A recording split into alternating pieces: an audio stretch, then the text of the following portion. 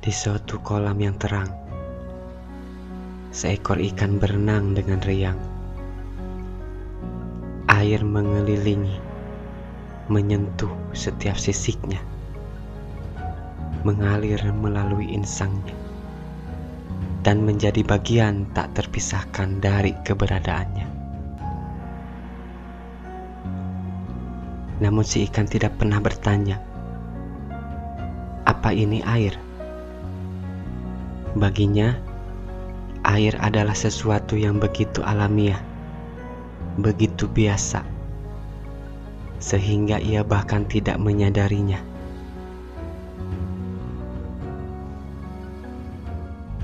Air adalah dunia yang dia huni, medium yang memungkinkan hidupnya, sekaligus batas yang tak terlihat. Ikan itu hidup dalam ketidaksadaran air, karena air adalah segalanya baginya. Tanpa air, dia tidak akan ada. Lalu mari kita beralih ke manusia. Manusia seperti ikan, hidup dalam sebuah medium yang seringkali tak disadari. Kita berenang dalam lautan pikiran, emosi, dan persepsi. Namun jarang sekali bertanya, apakah ini sadar? Terbiasa dengan keberadaannya seperti ikan yang terbiasa dengan air, tanpa benar-benar memahaminya. Namun ada momen-momen tertentu di mana dalam hidup ketika tiba-tiba terbangun, menyadari bahwa ia sedang menyadari, mulai mempertanyakan keberadaannya, alam semesta, dan makna dari segala sesuatu, berasal dari mana, untuk apa, dan pulang kemana.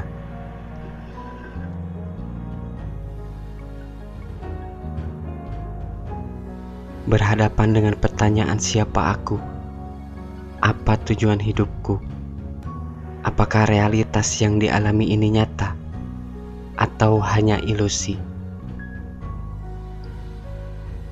Ikan tidak bisa keluar dari air, karena air adalah batasnya. Tapi manusia dengan sadarnya bisa melampaui batas yang selama ini membelenggu. Dibelenggu dalam bentuk yang paling halus, dimasukkan serangkaian kepercayaan, disuntik ke dalam pikiran tanpa diberi ruang untuk dipertanyakan, membatasi cara berpikir, tetapi juga menciptakan ilusi bahwa kebenaran sudah final, bahwa tidak ada lagi yang perlu dipertanyakan.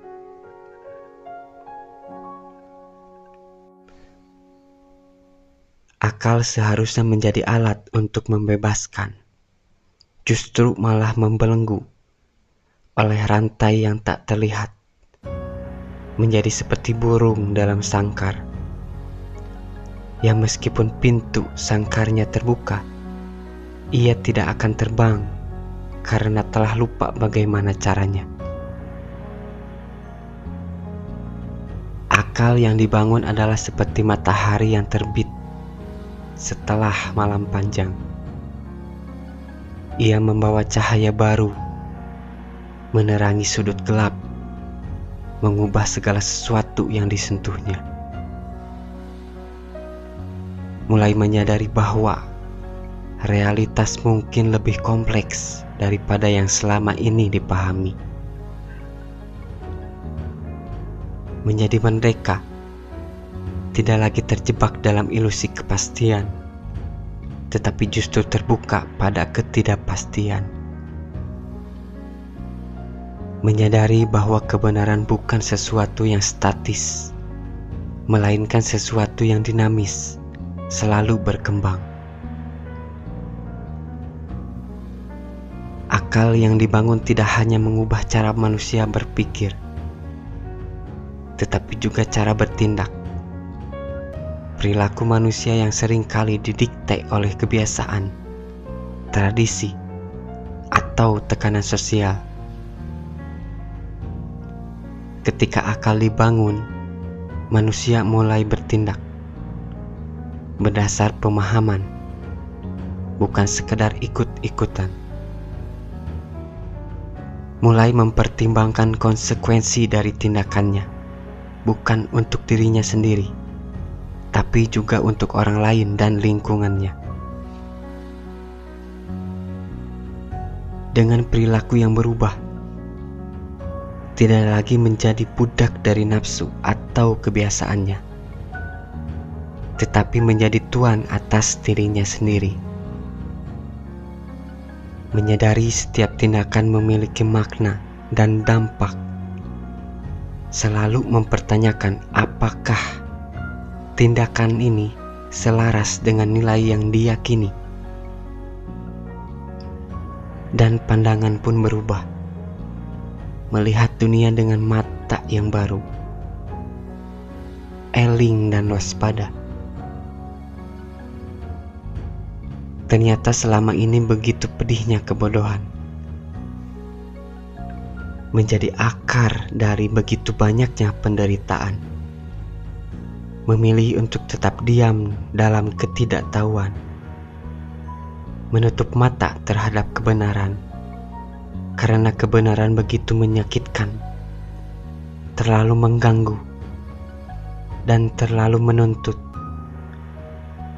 Kebodohan yang disadari adalah pengkhianatan terhadap diri sendiri, sebuah penolakan terhadap tanggung jawab untuk mencari tahu dan berkembang. Kebodohan menutup mata hati, akal membukanya untuk melihat. Kebodohan membuat manusia buta, akal memberinya penglihatan untuk memandang. Kebodohan adalah tidur panjang. Bangun darinya adalah langkah pertama menuju sadar, berperilaku, bermanfaat bagi diri sendiri dan bagi orang lain.